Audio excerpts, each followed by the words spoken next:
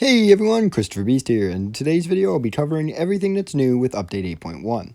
This is a massive update in terms of fixes and tweaks, and it also has some new content, so let's get right into this new information.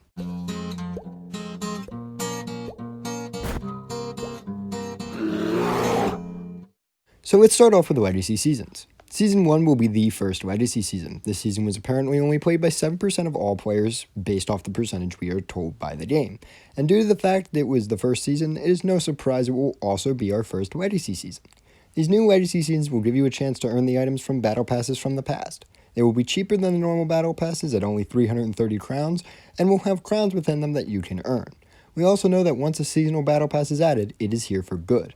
This means that once a Legacy season is added, you can spend as much time or as little time grinding whatever ones you want, and we know that more will be added over the course of the future. So, moving on into the next thing, we have Reworks. Update 8.1 will also feature several reworks to try and fix several of the things that are wrong with the balance of the game right now. So first things first, the armor rebalance is here. Armor will now allow you to get staggered when you get shot. If you do extra damage over the HP of a plate, it will transfer that extra damage to the player. So if armor originally tanked 1.5 shots from a gun, originally it would take 2 shots to break and deal 0 extra damage. But now it will still take 2 shots to break, but the extra 0.5 will go to the player and actually damage their HP. These two changes should vastly weaken the issue of armor plates and decrease how much they have been affecting gunfights. But Update 8.1 also comes with a massive consumable rework, in which almost all consumables have been changed, in arguably one of the largest parts of this update. First of all consumables have gotten stack size changes. White consumables now stack in 6, green in 5, blue in 4, purple in 3, and gold in 2. But on top of this, consumables now have a max carry of 1 stack, so meaning a max of only, 6 disinfectants, and 3 booby traps, and 2 armor plates. So this should severely reduce the effectivity and really the prevalence of duping, as well as the spam of consumables that we've been seeing so much in the form of armor plates and portables. On top of these changes, several consumables have had their rarities changed, with Fate Glints now being white, Caffeine being blue, and portables, mortars, and armor all being gold. This change is really a good one, and should help show which ones are truly the strongest and weakest, as Fate Glints are beyond, unusable in their current state, and maybe if their prices drop by a lot, we might be able to see them having some usability.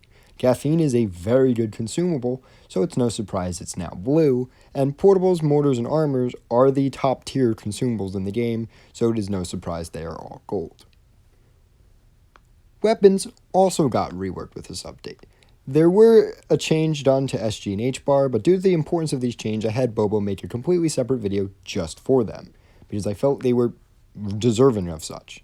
I also have to note here that the Parker Hale got a damage buff and will now appear as a random loot in encounters, as well as the fact that the sawed-off shotgun's first person is now fixed, with its iron sights being properly lined up to where its pellets are going to be going.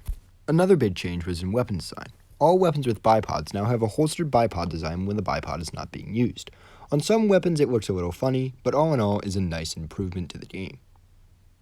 There is also a rework to the way loot POIs work, as several guns that used to not appear at all in them now will. So basically every purple weapon in the game can be found in a loot POI, as opposed to before where only a few could be found. They will also now drop less consumables than before, so no more, 1 armor, 2 portables every single time. Now you're going to get 1 purple consumable and maybe a couple other disinfectant and bandages. There was also some minor tweaks to a couple other POIs. The house comm station on Divert is now no longer reachable from outside the window. The time safe of the Fist has had its switches moved due to them being impossible to reach both of in the required time. And Stealth will no longer hide the airdrop if it is in a corpse, and it will only hide it if it is currently being carried by another player. We also got some minor tweaks to our shelter, with us now being able to use crowns to boost the build time of upgrades, and while I may not be a huge fan of the feature, it is really not a huge deal. They also tweaked up the shooting range by adding challenges to the Parker Hale, the Sawed-Off, the Lashiev, the ZAM-76, the RPK-74, the B-93, and the M-60.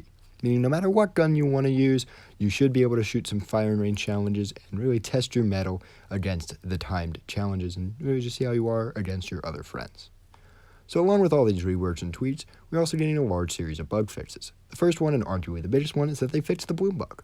This bug was notorious for making all guns seem less reliable, and with it being fixed, gunplay should feel smoother.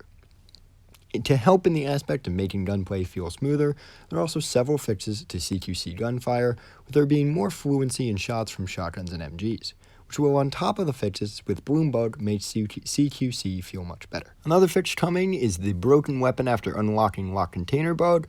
This isn't a huge deal, but is nice to see. They also fixed the issues that were around the PlayStation trophies. They fixed the bug that made guns look really wonky if you had aim assist on and you started aiming at a player. They fixed a bug that if you had the selection wheel open while you were extracting, you would crash. And finally, and arguably most importantly to those of us in the know, they fixed the full fire exploit. I will have a full video out about this exploit soon, but with it fixed, we should no longer see any funny full auto Mosins, which is a relief. On top of these major bug fixes was a ton of tiny ones that for the sake of time I will not be covering in today's video. We also got some map fixes. Most of them were fixing places that players got stuck in varying locations, but they also made it impossible to enter the untextured house in Grantham.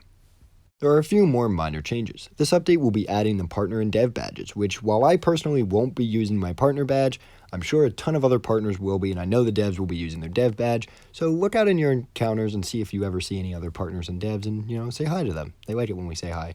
There was also a new UI added where if you didn't bring any weapons, a warning will pop up telling you to grab a gun, and that's also pretty cool, and it's, nice little small quality of life updates. In conclusion, this is hands down the biggest mid-season update ever, with complete reworks to consumables, tons of bug fixes, and the new legacy seasons. Definitely something to be looking forward to. I hope all of you will enjoy this update as much as I have been, and this is Christopher Beast, and I hope to see you all next time.